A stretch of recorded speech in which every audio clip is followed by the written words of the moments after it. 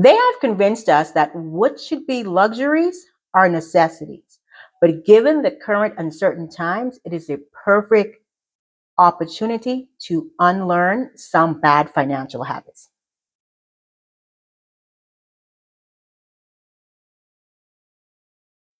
Hi, and welcome to Sky's Bucket List Life. If this is your first time here, welcome. I am a saver investor who discusses tips and tricks I've learned along the way that have kept me on my goal to early retirement, as well as discuss some things that are current events going on related to finances, savings, and keeping on track with our budgets. Remember to like and subscribe and put on that notification bell so you are aware of when I drop my next video. And remember, we are interactive over here. So let's keep a discussion going in the comment section. And remember, we are always looking for tips and tricks on staying on our financial goals. Now let's go into today's topic. So February has been a very depressing month when it comes to talks of an impending recession, mass job layoffs, talks of tariffs, as well as the stock market not being its best. So it is a perfect time for us to get into a crunch time in making sure we unlearn some of the bad financial habits we have learned along the way. So one of the things the system has definitely done is convinced us that certain luxuries are necessities. And given the uncertain times we are in, it is the perfect opportunity to unlearn and retrain our brains that these items are not paramount to our lives. Let's start from simple to a little more complex as far as correcting some of these behaviors. Number one, eating out at fancy restaurants weekly. Once something that was considered a luxury, eating out is now a common part of our everyday life.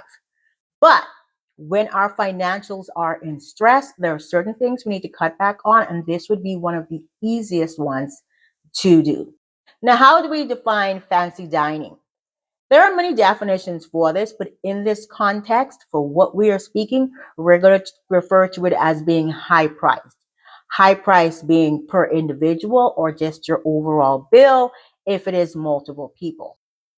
Cutting back on eating out can be achieved by meal planning or strategically shopping for the items that you need for the week to eliminate some of the eating out that may occur during the week. Like I said, this is likely the easiest one to correct because it just requires some simple planning and thinking ahead. Two, carrying balances on our credit cards. We have been convinced that carrying balances or being in debt is a normal part of life, when in reality, it's not. Now, if we are talking about large purchases such as a home or an automobile, those are typically things that you may not have the finances on hand, therefore, you will pay them on a payment plan. But constantly carrying a credit card balance for items that should be considered cash pay items does create a situation where we are constantly revolving or moving our debt or pushing our debt down the road, essentially pushing the can down the road. And this in itself can balloon into something that's uncontrollable if you do have an event that occurs that truly does require a situation of paying for that item or that situation on credit. But now that is compounded by the fact that you were already carrying a balance and now you're unable to meet the demands or meet the stipulations of your repayment. So try to eliminate carrying a credit card balance monthly, especially on purchases that should have been made in cash or paid all. Number three, upgrading your cell phone yearly. Talk about fear of missing out. Cell phone companies are in the business for continuous revenue, and the ways they convince us to continue to upgrade our phones yearly is through perceived innovation or with the appeal of having the greatest and latest. In most cases, our cell phones are still functional year after year. So try to fight the urge of upgrading your cell phone, especially if it's functional, because these monthly charges that you will incur for having a new cell phone, as well as the repair costs associated with it, can be a point where you are able to save money for something more important. Also, if you're buying a cell phone outright, these can run between $800 to $1,000 yearly for the purchase or the upgrade of a new phone. So this would be another place where it should be fairly simple to eliminate the cost by continuing to use the cell phone that you have if it is still functional. And remember, placing a case or a screensaver helps to eliminate some of the everyday damage, wear and tear that can occur with a cell phone that may prompt you to then think you need a new phone because the one that you have is damaged. Before, new car payments. Same as card companies are in the business for continuous revenue. Now, vehicles are something that people tend to keep for several years or longer. Therefore, it is imperative for the automakers to convince you that you need a new car. This is done through innovation, safety features, talk of reliability, talks about fuel costs, also the appeal and the prestige of having a new vehicle. But with car payments now being commonplace of 700 plus a month, as well as financing now extending for up to 10 years, the appeal to get a new vehicle can be overwhelming. But the goal is to think long term. Can you function with a car that is a few years older or a few years older in the same model of the vehicle you want? Also, are all the features things you will actually use? If some of the features that are being sold to you are items that you yourself know you won't use or is not necessarily a significant benefit to you, then look into getting a vehicle that is older, which is going to have a depreciation already associated with it. So your overall upfront cost is going to be less, as well as potentially finding vehicles that you can pay for cash or you can save for a period of time and purchase outright. New cars, although they come with the convenience of not needing maintenance up front, in the long run cost you significantly more and can disrupt a budget. Now we're getting into the topics that are going to be a little more touchy. Number 5, taking out large student loans without having a clear job pathway. What does this mean? There are certain degrees that lead to a clear job pathway, such as a degree in nursing, where you become a nurse, getting a medical degree, where you become a doctor, getting an engineering degree, where you become an engineer. That means there is a clear pathway and you can see where your degree will take you into the job market. But other degrees may not. And taking out large loans for a degree that you are not even sure what the end goal is as far as employment and as far as your career future can lead to a upside down effect where you are paying for an education that you are unable to afford based on the type of jobs you will qualify for.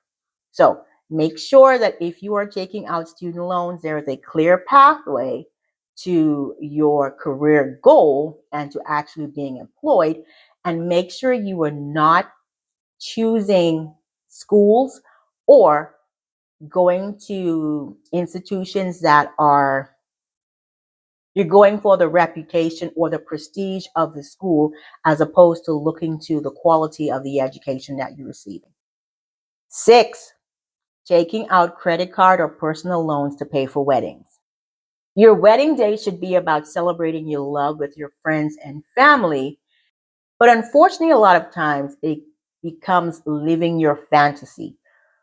And in doing this, some people will extend or stretch themselves financially to live this dream and put themselves into financial difficulty and essentially into debt.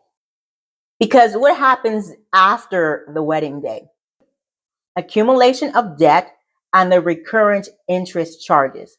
So, what was a fantasy for some people becomes a nightmare. Essentially, debt has become normalized. Some things to consider are adjusting your plans to fit your budget, saving for the ceremony that you want, or consider seeking financial support from family. 7, going on holiday without saving for it. This is one that we fall into a lot, and it again goes back into the normalization of debt. Also, it goes into the instant gratification or fear of missing out. As most vacations are planned ahead of time, also plan for how you will pay for that vacation ahead of time as well. This can be saving the money for what you need ahead of time and then paying it all at once.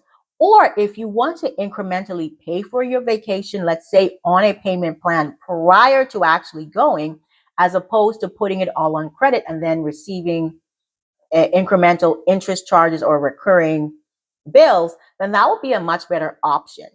So remember, if you're going on vacation, plan ahead, find the savings, and save your money for it so that you're not in debt after the vacation is over. And 8, spending greater than 50% of your income on your mortgage. In general, you should not spend more than 28 to 30% of your gross monthly income on your mortgage. And this should include your principal, interest, insurance, and property tax. So the entire balloon of what it costs to have that home. This does not include your monthly expenses such as utilities or repairs. Also, your mortgage as well as your other debt should not be more than roughly 36% of your gross income. And as most people's mortgage is usually their most expensive expense, it is very important to not become overly excited in the beginning or being told that you are pre-approved for a certain amount when you yourself know the amount you're pre-approved for based on the monthly payments that will incur for the time frame that you have to pay it off will significantly put stress on your budget, especially if you have a catastrophic event that occurs. You do not have the funds available because most of your money is going to pay for your home. So these are a few items we can work on to retrain our brains that debt should not be normalized. And especially during this crunch time where there is a lot of uncertainty currently in the job market, in the investment market, and just with the likelihood of an impending inflation. So hopefully these tips have been helpful for you. And if you've stayed around for this long, go ahead and hit the like button and the subscribe. Remember, I'm Sky, and this is Sky's Bucket List Life.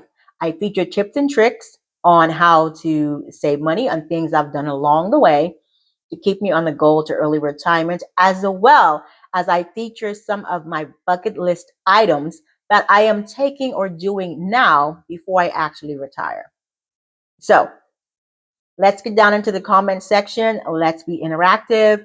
What are some of the things you have noticed you have normalized that should not be normalized as far as your spending habits? And maybe some suggestions on what you have done to correct some of those bad habits. Okay? So until next time, happy saving.